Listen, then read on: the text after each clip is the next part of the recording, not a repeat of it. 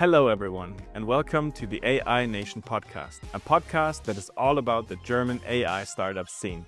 I'm Michael Gindert, and today I have the pleasure to talk with Flora Geske, CEO and co-founder of SUMM AI. SUMM AI developed an AI tool that translates complex texts into easy and understandable language. Flora and her team at SUMM AI took an inspiration from a very personal story to change how we communicate in this society. Let's go. I've been a founder, you've been a founder. I'm really happy that you're here. Thank you for your time. It's valuable. I think time is the most important thing in the world. Especially as a founder, but in the world. Exactly. So it's like even better that you took your time to come here. And I hope it's going to be a lot of fun. This is such great startup support. I will give my time to support AI Plus and AI Nation anytime. Thank you so much. Yeah, it's incredible that like a program like that connects so many startups from the start when there's like almost nothing. There's the idea and there's like a small team, and then the hard part comes from the implementation of what is in the heads and making things concrete that are like roaming around in the head. Yes. So. But I think this is one important point, and this is what makes the program even more special: easy access to funds, because without funds you can't do anything. So That's absolutely true. cool. Nice. Gateways to artificial intelligence, developing a taxonomy for AI service platforms. What's that about? Like, this really caught me off guard, honestly. We started talking about this in preparation of the podcast that you mentioned this paper I wrote back in 2021, which doesn't sound so far away, but in terms of like founding a company, it feels like ages. So I wrote this paper as a study project, actually with my then later co-founders during my study program. And this was like my first touch point with AI. wow, it's amazing. So you've met your current co-founder through that project. I've seen it's really comprehensive. You've also worked with other institutes, and like probably I can imagine from my perspective from the outside that a lot of diverse perspectives coming into like this platform of writing like a research paper like that. Absolutely. Yes, my study program, it is international, but it is also an interdisciplinary program. Nice. So it brings together mathematicians, computer scientists, and business people.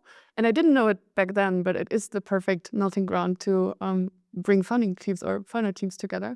So yeah, this is where I met my co-founders. This research paper, did it spark your initial interest in AI, or have you been working on AI like before that research project already? It was always part of our study program, but it was really just emerging. So I feel like there was a time pre-ChatGPT and post-ChatGPT, but it wasn't actually this research paper, but other research I did then with my co-founder at the University of Toronto, where we worked with natural language processing models for the first time. And we really felt like there was something big coming with language and AI, and like a bit pre-ChatGPT, feeling that there was a revolution in tech happening, and that we could really leverage this for a use case, which would then later become SUMM AI. So it did spark my interest during my studies to really dive into the topic, and I haven't left the topic ever since. Wow. So what was the next steps for you? Like you've met your co-founder there. Have you had the idea of founding an AI company already back when you were writing that paper, or was it like a process that happened and like things came together and It was a really natural process, and actually none of us in the founding team, we didn't have the idea to start a company. It wasn't about starting a company, what it is for some people, like they see themselves as a founder and then they go looking for a problem and a solution. For us, it was more like we had the touch point with the technology, and then we thought about, okay, how can we use this to solve a societal challenge? It was almost time for graduation. We were working on our master's thesis, and then we realized, okay, we could turn this into a commercial use case, but we could also look for societal impact. And this was a really strong passion for us. So we sat together and tried to find a use case where we could leverage our knowledge. I see that actually a lot. Like you came from the problem through the technology to a solution. And I see that a lot of times when founders come from that perspective, it works out great. And I think some of the founders that have to learn more come from the technology and they want to use it somehow, and then like come up with a problem that doesn't really exist and try to solve that, and it doesn't really work out. And so like I really appreciate the way you were doing it. Like you saw there's a potential and we see a problem and we're gonna try to solve that problem. What kind of problem was that? What came into your head? Yes, and actually, we found the problem with my family. So my aunt, she has a cognitive disability, so she can navigate her daily life pretty well, but she doesn't understand complex texts. So whenever she looks for information online, she wants to. If she gets a letter from an insurance company, she gets a letter from the tax authorities. This is when she doesn't have a chance to understand the complex text. And we decided to use natural language processing as a technology to help her or people like her, because we are able to simplify complex text into easy language, which is a defined language style, from the space of accessibility that really makes information accessible. So it benefits everyone. I mean, you've probably also received a letter from the tax authorities that you didn't understand, but it really helps these people to access information. Yes, even sometimes I have the feeling that some documents are like worded in a way that it is most complex, so you don't have no clue what is in there. Yeah, and not even on purpose, but sometimes it happens in law or in healthcare. You've mentioned easy language and that it's like a predefined space within accessibility. I've read about plain text as well. Maybe could you help our listeners that have no idea about it yet? What's the difference between like categorizing language? Yes, absolutely. So it is a bit different in English and in German. Yeah. So in German, we have leichte Sprache and einfache Sprache. And in English, it's translated to easy language and plain language. So it's two different language styles, which are both simplified. But easy language or leichte Sprache is super simplified. So you don't have any subclauses, no commas, really just very simple sentences, no jargon, no specific words. And it is actually defined. There's a DIN specification for it. So we can very clearly say, okay, so this is a text that qualifies as accessible in terms of regulation, and this is just a simplified text that also ChatGPT would produce. So I didn't really know that there's even like a predefined din for that. We are in Germany. Yeah.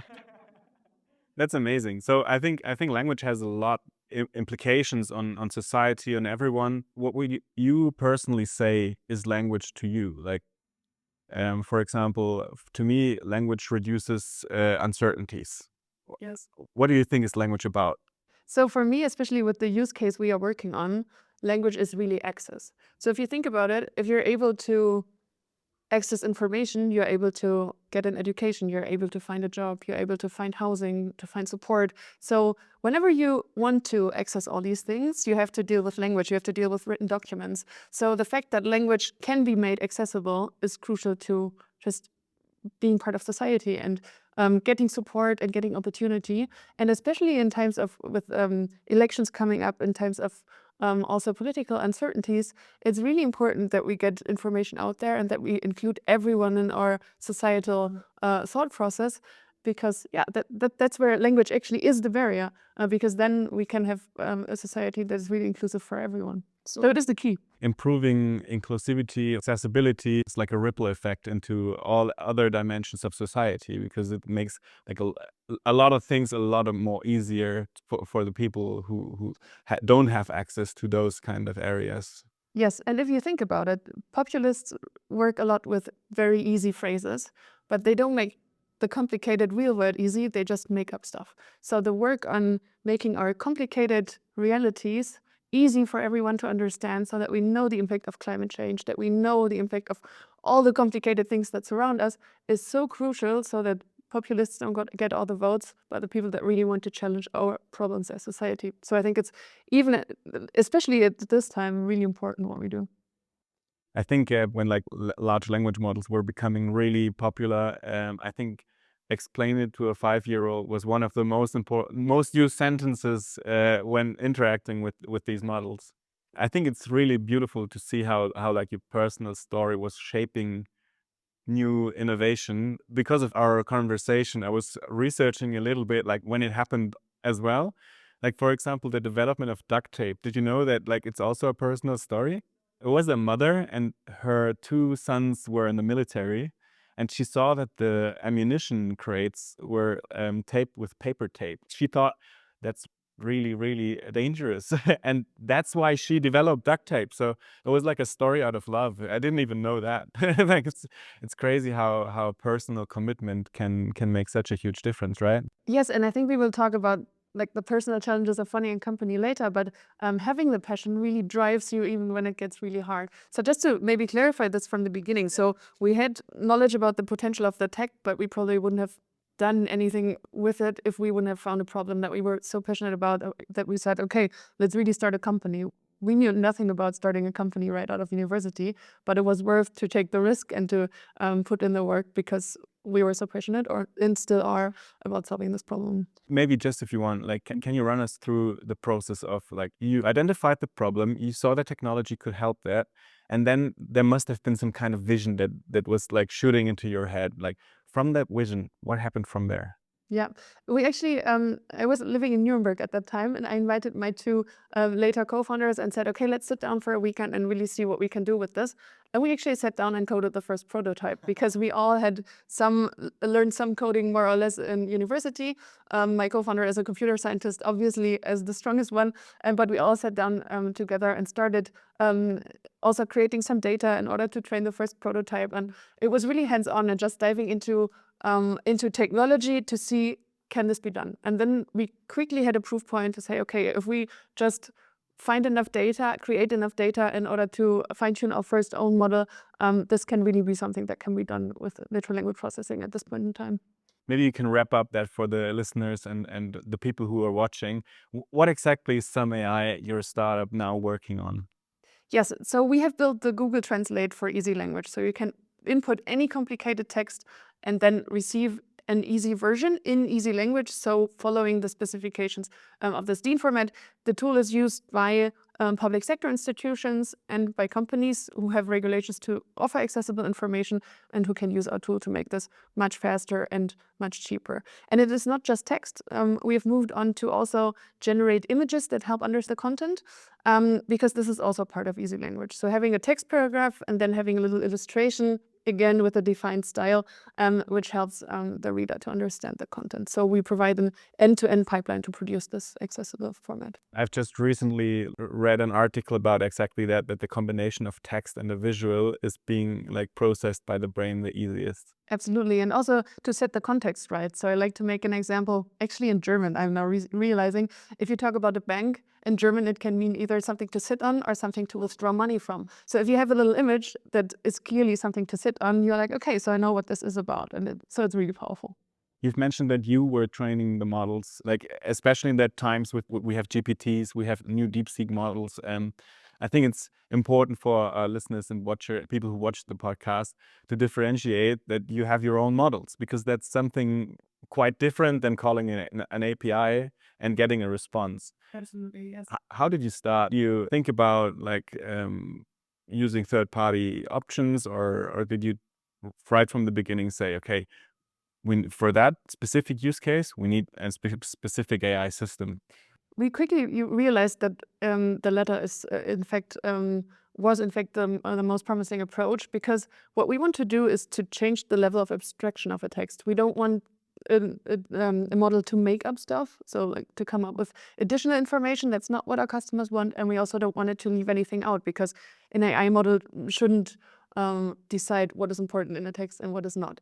And in order to build a robust system that doesn't hallucinate, that doesn't leave out information, and that really follows the rules of easy language, we realized we need to train our own models. We need to build up a database of examples that very clearly show what easy language is about. And for that, actually, our first hire was an expert in easy language that just basically translated text for us that we could use for training. And then we also realized, and that is something that I personally think is super important, it doesn't always have to be AI. So we have a pipeline of also rule-based systems that help us to have a robust output that are really, really important in order to achieve good output. You've mentioned that you were working with easy language experts, right? Could you explain why a feedback loop like this is so important if you develop a program like that, or like an AI system like you were developing? Yes, so we also early on realized that the quality of the data is really what moves the needle on having good performance. So we overworked our data foundation several times with really, really close attention by our language experts to really find out what are examples that might not give a clear understanding of easy language, that are a bit misleading, that can be interpreted differently, because it is like training a human to do this. You really have to have good examples and to teach it well. For us, this is really the most important point. And then the second important point is that we also have a feedback loop for our users. So whenever there's something off, because of course it isn't perfect. So whenever there's something off with the content or with the easy language rules, we have a system to get back the feedback and to see the text that is eventually published and then to learn again from this. So this is also a really important part. And the third important part is actually that we tell our users to not just put the text out there, but to really review it and to really see, okay, is there something wrong with the content? Is this really what I want to say? Because we have such a vulnerable target group of people who in the end rely on this information that we think having a human in the loop is actually crucial with this use case and with many more with Gen AI. Yeah, I can imagine, like, the hallucinations are really a big problem. We'll come to that later. In governmental services, like, text get published. If there's a mistake, something really can happen, right? I've researched that 1 in 8 people in Germany struggle with complex texts. Like, this is an incredible number for me. And I've read that 130 million people in the US are struggling also with complex texts. I think you're an expert in this. How big, if you could explain, is that gap in accessibility? Like, if we could talk about that. Yes, absolutely. So actually, it is up to 20 million people in Germany from our research. So that would be even 1 in 4. And it's really important to think about this for a minute because we get stuck in our bubbles so much, and it's really hard to imagine this. I am lucky to have someone in my family who has opened up my eyes for this problem, but otherwise I wouldn't have known about this. So it's not just people with cognitive disabilities, but also people with poor language skills or who are learning German, older people who have gotten sick and have a hard time to concentrate. So it's really a lot of different things that bring you into a position where this letter from the tax authorities or this web page where you're trying to find information is just overwhelming. It seems like that you kind of have to balance efficiency with accuracy. Like, because you have a lot of people that have very different needs and you have to unify them in your platform, in your tool. So people that use your tool can create like the text for a various amount of different people who have different problems. How do you assure that the information that is being extracted is good enough? Because like a complex task has a lot of story points in it, kind of. How do you assure that in the end product the text has everything it needs? Mhm. I think efficiency is a really important point here because, as I said earlier, we are marketing our tool to government institutions and companies. And the process they would usually use in order to create an easy language text is manual. So it's up to 150 euros. They are paying someone to write the text manually. So there's really a large gap for us to be cheaper, to offer a cheaper text, but still a really good text. And quality is of essence here because we are actually so someone is using the tool and they don't want to spend too much time on post-processing, but still we want a really good text without misinformation. So we are really focusing on quality and especially on information being truthfully represented, no hallucination, no stuff that is left out. In the development of that systems, like how do you approach these high stakes environments, like for example, governments or healthcare? For example, I want to create a text for a pharmaceutical application. It has really incredible implications if the text is wrong. How did you like tap into those kind of areas? From my personal perspective, I think it's really quite complex, right? It's a really good question. And again, it comes to having a good collaboration between an AI system and people. So especially with health information, we have done a project, or we are still actively working together with Apothekenumschau, so a really big magazine that is given out to people in pharmacies that educates them on symptoms and diseases and medication. And we actually set up a process where someone reviews what the AI system is producing, and then it is published. And we have a collaboration between people who are really subject matter experts, but also language experts, and who then, together with the AI, bring down the process of producing the text to just a few hours instead of like 5 days. And still, we can ensure that the information is correct. So it comes down to machine-human collaboration versus just putting AI on it and then not caring about the implications. Really important, yeah. To me, from an outsider perspective, it shows me again, like a lot of times in my life, subjects can be so incredibly complex once you dive deep enough. There's stuff coming up that I wouldn't even have thought of. starting that startup is like quite a complex hustle, right? So the hurdles in the startup process, personally and professionally, like, what do you think is the hardest part? I think it changes throughout the stages of a startup. So when we started really early on, for me, it was a big hurdle to understand what do I have to do to set up a company, like all the bureaucratic hurdles, really a lot of information that I just didn't have and that I had to find out. So doing something I didn't know how to do every day with high stakes. And now that we have grown, we are now 19 people in our company. It is more about leadership, being a good leader, understanding, okay, this is what I have to get everyone on board with, communicating the vision well, and yeah, just having everyone on board and ready to give a lot of energy into scaling our company. So it has changed. It is still a challenge, but it is also very fulfilling to work with so many amazing people. It probably will change in the future as well. Yes. What would you say were like the most critical learnings in getting SUMM AI off the ground, getting it started? What would you give advice to people who are starting or are thinking about starting a new venture? For us, it was really about focusing. So we realized quickly that our market would be governmental institutions at first, so the public sector. We then decided to really narrow the use case and build a tool that people in the public sector can use to publish accessible content. And then we had a very clear user persona, we had a very clear ideal customer profile, but it also meant focusing on a segment that is really hard and that is really hard to sell to because it has so many rules, tender processes, it's really complex, and it is intransparent. You don't know from the outside how these processes work, especially if you're starting out right out of university. So then it was crucial to learn about this. We did lots of programs, we built a network in this area and really learned about these processes, did our homework, and then funding. So it wasn't easy to find investment for this topic, which has social impact and government as a customer at that time. Now, actually, it is a really attractive investment target as well. But back then, there weren't too many GovTech startups around.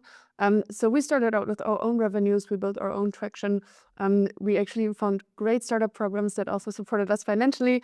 And that gave us the opportunity to find the customers, to prove that we can earn money with this and that we have a great product. And then it was also easy to find investment because we had these proof points. Nice. Have you had like a network that you could like fall back to if you had a question, if you had to validate something? Yes, it was really valuable to be a TUM alumni as our whole founding team because yeah, in Munich, the ecosystem is just really supportive, and there are lots of people who know how to build a company, what to watch out for. Not specifically knowledge to sell to the public sector. This is something we had to come up with ourselves and build ourselves, but everything around building a startup and building great teams, we had that as a support system to tap into. Public sector to me sounds like a lot of hustle. Like, how is it to work with the government sector for you as a startup? Yeah, because I think like a startup, you kind of like a speedboat, and the state is like a big tanker that like moves really slow. How was your experience on that? Absolutely. So we have a little group on Signal for our founders where we just send random stuff into every day. And we several times have screenshots where it's like, so my co-founder who's head of sales, Vanessa, she just sent a screenshot where she put a follow-up task for 2026 January into our customer relationship management system because, yeah, that's just the speeds it sometimes moves. It moves at. But we also meet people who are really intrinsically motivated to change the world and to make their services accessible. So it's not about money as an incentive, but it's more about really wanting to provide great services to citizens. And when you meet these people, it's so fulfilling to work with them. And it's so fulfilling to work on spending tax money wisely and just making this whole infrastructure that we have as society, as our government, more accessible to citizens that I wouldn't want to change it. Yeah. As a German citizen, thank you for that, because you're making governmental services a lot faster, I think. It's a big topic to work on. Yeah. Yeah. But there's also so many more use cases that we can work on with technology that Yeah. really endless opportunity as well. Like, speaking of complexity, I think like you as a CEO of the company, of course you have a team, but still like you as an individual have a lot of hats on top of your head. I think like you have to think about strategy, you have to think about partnerships, technical aspects. Dealing with the whole thing must be quite complex. How do you manage the complexity for yourself on an individual level? Really good question. I used to be a perfectionist, and this was the first thing I had to let go of. So 80/20 is like my main principle, maybe even 70/30. Ruthless prioritization. And then also, I've just accepted the fact that I can take care of everything. Sometimes there is an email that is left unanswered. Sometimes there is a string that I just can't collect anymore. So it's fine that some stuff I just can't prioritize because there's so many things. It's really important to focus on the main things, which is having a strategic oversight, enabling my team to work on the tasks that can be done by the many great people we have on our team, and then having oversight and having everyone on board for our vision, having good relations with our investors. We have amazing investors who support us. So these are the main things I focus on, and then lots of the crazy hustle that is there every day as well. What I also heard from a lot of founders is that there's like a lot more hustle that they expected. And like, if you think there's so much happening, do you have like personal routines or mantras that you're following to assure that you have the most energy to continue the mission? Yes, more mantras than routines. I'm trying to go to the gym regularly. I just can't make it work. I'm not that person. I don't have a morning routine, but mantras. And I think the most important thing for me is perspective. So when I started, SUMM AI became my whole identity. Everyone who asks is no longer asking how are you doing, but more like how is the company doing. And it's really easy to just be completely immersed in your venture.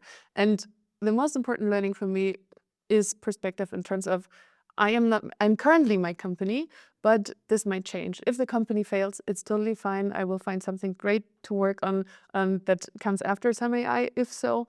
And I'm learning so much for my own personal growth. I'm building a network that I can also leverage if I'm doing something else in the future.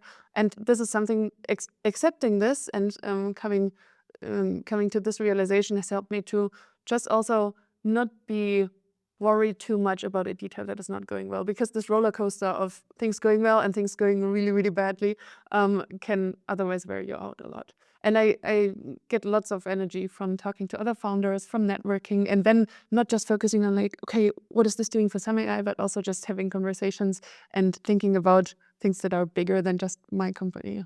Going with the flow, like learning to fly, there's really high ups, but also low lows. Yes, and that is fine. Yeah, and that it's fine and just going for it and doing your best. If you have accomplishments and something works, does that add to the motivation a lot of achieving that missions for you? When something works for us, usually means that we are able to scale the company, which then also means that we are able to scale our impact. So whenever we do a sale, this means that someone is starting to use our tool and someone is starting to make information accessible. So this is the biggest gratification. It's working what we do, and we are having the impact we are aiming for. Like making a difference. Yeah. It sounds so cheesy, but it is after all. Have you had like a specific moment that is in your head right now where you really thought like, yes, damn, this is really making a difference now to someone? Yes, so we regularly sit together with people with cognitive disability in order to test if what we are doing is really working for the target group. So we have the Dean specification of how our text should look like, but we also make sure that the people who are the recipients of the information actually understand our AI output. And whenever we go there, we also go there personally as founders, and we get the feedback that it's working really well. They are understanding the content. We get the feedback for the little illustrations that we generate AI based. They said they can tell the difference. This is easy language. They are recognizing that this content is for them, and this is amazing because it really sees that what we are doing works. And they're probably lightening up and like seeing that and understanding it, and then you could really tell like, wow, this is amazing. Absolutely. And with the election coming up right now, I was just there 2 days ago, and they were so interested in what is going on, what other political parties communicating. And they said, we looked it up on Google, we tried to find easy language for each program of the political parties. And it really showed me that this gives access to actual things that move society. So, yeah. It's amazing. That sounds really, really beautiful, actually. Are there like learnings or decisions that you thought, we should have done that earlier within that process? You just mentioned like that feedback loop with your target group, like, or anything else that comes into your head. Is there something that you learned later where you thought like, we should have done that earlier? I don't have a specific like feature or product decision in mind, but I think in general, as a first-time founder, you think a lot about things, especially in the beginning, like how do you set up the company, what's the contract situation, blah blah blah. So many things to think about and to think about for a long time. And I think as a second-time founder, there's so many shortcuts you can take because you've taken this decision before, you know what it entails, if it matters or not. So spending a lot of time on thinking, does it matter now to call a lawyer or not? All of these things become more of a routine if you're doing it over and over again. So I think, as a maybe second-time founder, at some point this will be much faster, and I will know what not to waste time on in terms of administrative decisions.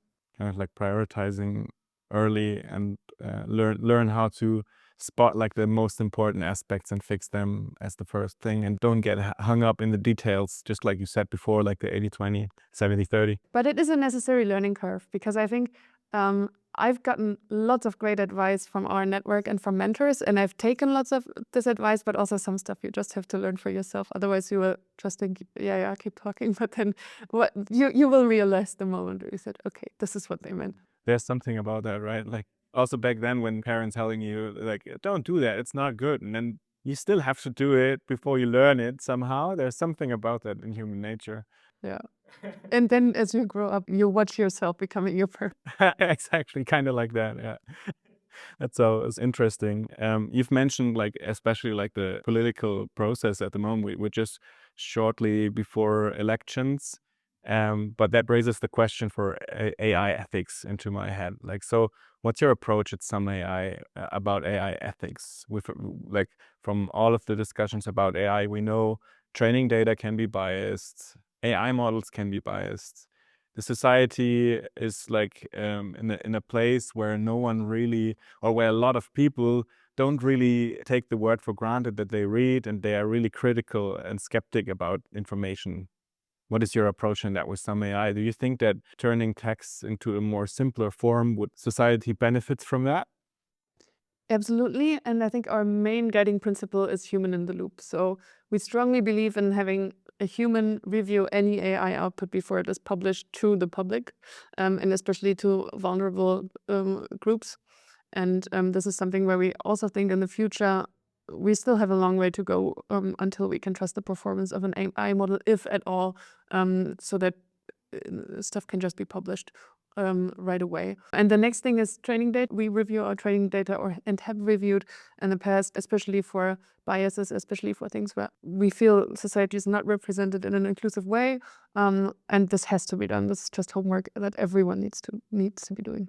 I can imagine, like, I've seen a lot of examples when that doesn't happen, and then you have like really horrible outputs of the models. But then if you have a human in the loop, it is just this person using the AI model, which can then review it, correct it, and then also do the feedback loop. So then time after time, it will be. Do you see the ethical responsibility within the AI startups or within the government that sets the like boundaries, the rules and the laws? I think both, but you can't rely on people wanting to earn money to also care for biases and care for an inclusive representation of our society. So I think regulation needs to be there because not everyone has an ethical compass and cares for these things, unfortunately. Are there like communities or rounds of people who work in startups that talk about like the ethical aspects of AI? So there's lots of initiatives, especially in terms of feminist AI and in terms of just representation and getting rid of bias. But if you think about it, there's so much, like we said, 80-20, there's so much to take care of if you're a founder, if you're building a product, if you're trying to market it. If it's just something on top that you have to take care of and it's not immediately having an impact on your bottom line, you might also be you might also not care so much about it, and that is something that I can totally understand. But I think with an ethical approach to AI, it shouldn't be done. I agree. Like from my perspective, the government sets the rules with which in society plays, and we're in a democratic nation, so I think it should be at least like the job of the government to set boundaries there. And if by law you have to create like some kind of department that about AI ethics, then it's like fine. Then you have to obey the rules, and everything else is just like bonus that everyone should look on. And that's why we have regulation. It's oftentimes it's like it sounds like regulation is just this really bad thing that that costs money. which it is, but it is there for a reason, because if there's no economic incentive, but just a societal need for something, we have to have a regulation. So that's why I understand why so many people also from the startup community always say, regulation is bad, but I think there's good reason why we have it. There's bad regulations that hinder and that block, and maybe it's also our way as founders and as innovation ecosystem to make people aware of those blocking elements of regulation. But like, to me, regulation per se is not something bad. Like, it just sets the boundaries, it sets the rules which in we all play. Looking ahead from that, like, how do you see SUMM AI evolving? Like, what's the next horizon that you see? Yes. So first and foremost, we are working on getting into every German public institution to enable them to offer easy language. This is a little known fact, but there's 11,000 municipalities in Germany which are part of our customer base, which also makes GovTech a really, really cool use case in terms of market size. So this is something we are tackling short term. We are also looking at English and French in terms of languages that also have a concept of easy language.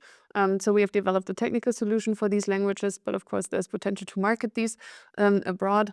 And we are also looking at other government use cases, because as we all know, as citizens, there's lots to improve and lots of efficiencies that can be gained from using technology. So this is something where we want to have more impact.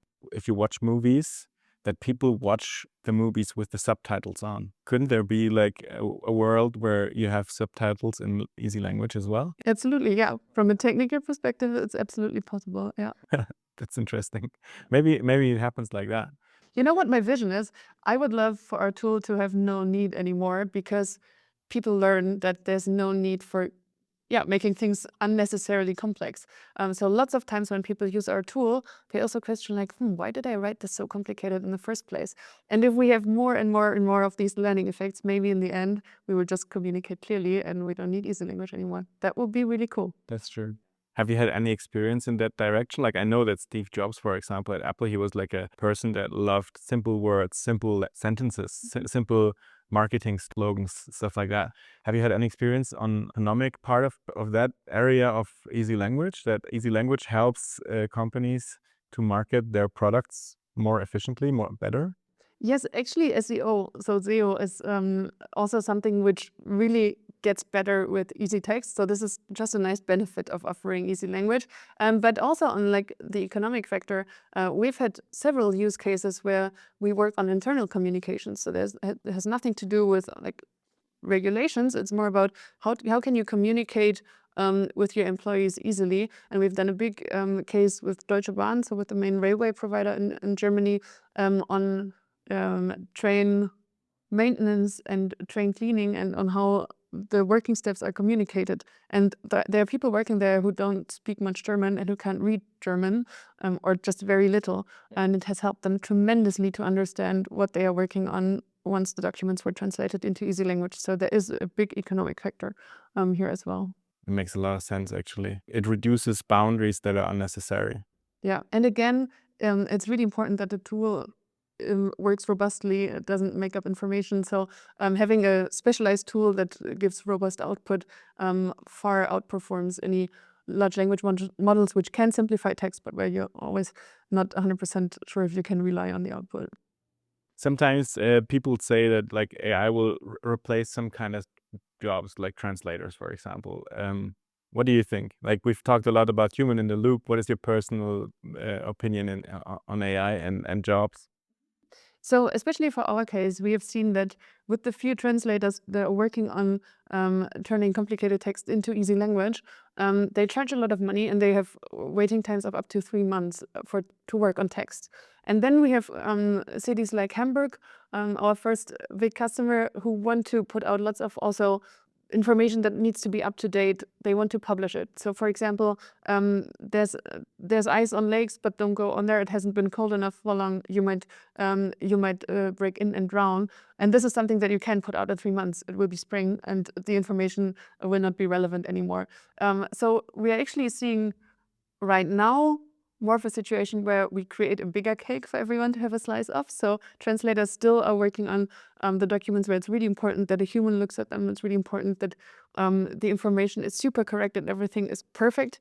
But also we have lots of information which would otherwise not be translated, which we can work on with this time component. And so yeah, right now I don't see AI replacing jobs, but just working on a better, on more understandable society. The need is far bigger than the offer that is there through translators. That, to me, that makes a lot of sense actually when you were talking about it like that. It's not like this in every domain, Of course, yeah. but especially for us, this is the situation right now. Especially based on like legal texts that are like out there. Like you need a human at any time to see if the statement is correct and to have the human in the loop. Like I feel like technology like that, describing specifically, it augments humans. Like I think a translator that is specialized on easy language can process a lot more customers and can like make texts all around the world a lot easier, a lot faster. Yes, and we always say we take care of the easy language rules, and the subject matter expert, as the user of our tool, can check for anything like fact related or content related, and then everyone is enabled to become an easy language translator, in contrast to a few people having this skill and then working in so many different areas of expertise where they are not the content expert. Yeah. You've dedicated your work on bridging the gaps of communication. Like, what does language and accessibility mean to you on a human level personally? So for me, in my family, it has really shown how my aunt, who's specifically interested in politics, is able to enter the discourse that we have as society and is able to be part of the conversation that we need to have about our future, about how we want to live together as humans. And this is just something that really, for me, shows how we are excluding so many people from a conversation that we should have as society with everyone. I mean, we have democracy, which means that everyone has a say in how we organize ourselves and how we want to live together. And in order to have everyone on the table and talk about this, everyone needs to understand what we are dealing with. So it's essential. Yeah, it's like there's a reason why large language models are like the most important aspect of AI right now, because language is such a key central point to civilization, to humans. Thank you very much for sharing such an in-depth look in SUMM AI. Now I'm really curious if there's like a new founder who was never in the process of founding. Like, what would be the like your core advice, the top 3 points of advice for someone who hasn't found a company yet? So the first thing, of course, is for me, find something you are really passionate about as a human, like something that for you is a topic you really want to dedicate your time to, because otherwise it will get really hard to spend so much time working, to spend so much energy on, just starting, but also keeping, like, to keep going when it gets really hard, when you want to raise investment, when it becomes increasingly more complex to run your company. The second thing is, especially for people thinking about funding a company in areas as complex as government services, don't think about how you can change the system or like structural things. Think about one specific problem and how you can solve it, how you can make a difference there, and then go from there into other areas. But don't waste your time on trying to change the world as a whole when you're just starting out. I think that is something that can't work and that will just get you frustrated really easily. Third advice would definitely be about perspective. So while you are working on your company, also looking out for areas in which you're good at something which can maybe become a career afterwards. So, for example, through founding a company, I've discovered that I'm quite good at public speaking. I am the one pitching the company all the time, but I've also done a few keynote speeches. I've been invited to panels, and I know now that even if I'm not working for my entire life for SUMM AI, this is a skill I have developed and I can leverage for things I will do next. So also have the perspective that it might not be the end of the world, or your world at least, if the company fails and if you're working then on something else, which is fulfilling.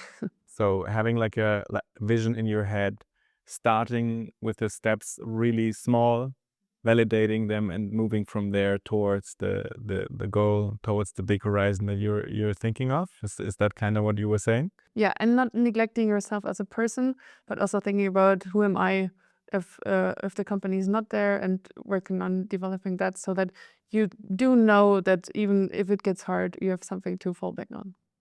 You've mentioned before, like it's a team sport. Like you've met your co-founder. What should founders look for when it comes to the team? So for me, and I know there's different opinions on this, but for me, I have founded my company with two of my closest friends, and this has been such a foundation of trust and of the same commitment, and knowing that the commitment is there, and just having a really good personal communication and channel of communication there, and that I would do it like this again next time.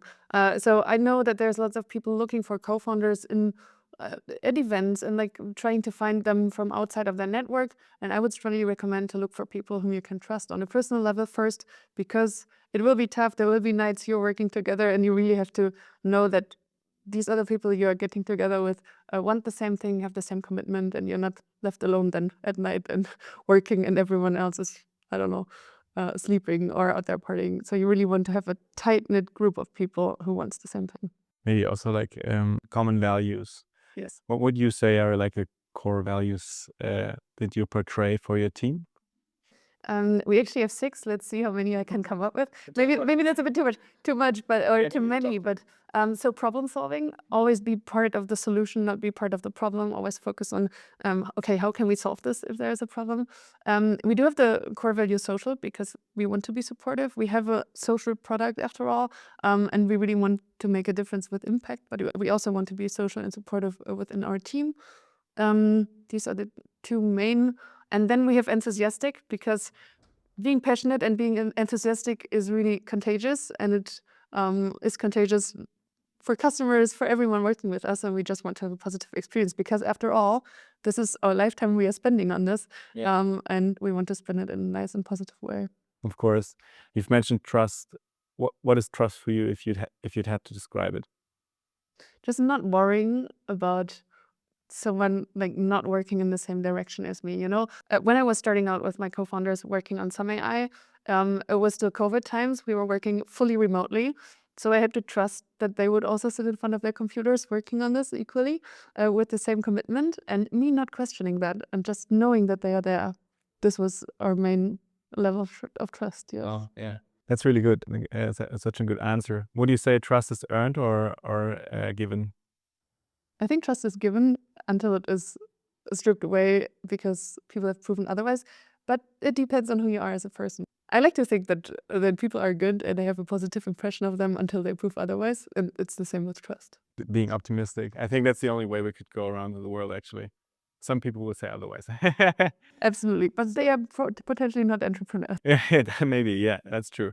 To me, trust is, as you said, actually, to me, trust is vulnerability. Yeah. You said it in different words. You have to make yourself vulnerable because you're trusting on someone else to do the job, which in the end would fall back to you. So I think also trust is given. That's a really nice. And trust is vulnerability. Yeah. Thank you very much for your time to speak with us. It was a really, really, really interesting conversation. And I've learned a lot about language. I've learned a lot about AI. I've learned a lot about you as well as a founder. And it's incredible to see that there's people around there who really have made themselves a mission to empower other people. Thank you so much for having me. And I would like to actually add one more thing. I think vulnerability is something that we really need in the entrepreneurial community as like a principle that guides us all, because there's so many people out there where you think, oh, they are really successful, they are killing it, and I'm not, if I have a bad day. But then actually everyone has a bad day, and it's a roller coaster for everyone. And if you're vulnerable about this and open about this, it makes it so much easier for everyone. So sharing struggles and being open and showing your vulnerability. I want that for our whole entrepreneurial community and for our Munich ecosystem, for everyone to think, okay, this would be a good thing. I agree so much. I've learned more from people sharing their bad experiences than from someone who's showing off that everything is just working out fine. Like I've never learned anything from, or not much from people who do that. Like I've learned about the most when people were telling me their mistakes and what was hard for them. And yeah. No, I ruined your outro, but I think it's a nice start. It's soon. That's true. So thank you for tuning in. This is the AI Nation podcast. So I think we should all make ourselves the mission to create a world where inclusivity and accessibility becomes like a much more important subject. So it's like a rippling effect into all of society. That would be great. Yes. Thank you for having me. I'm Michael Gindert. See you next time.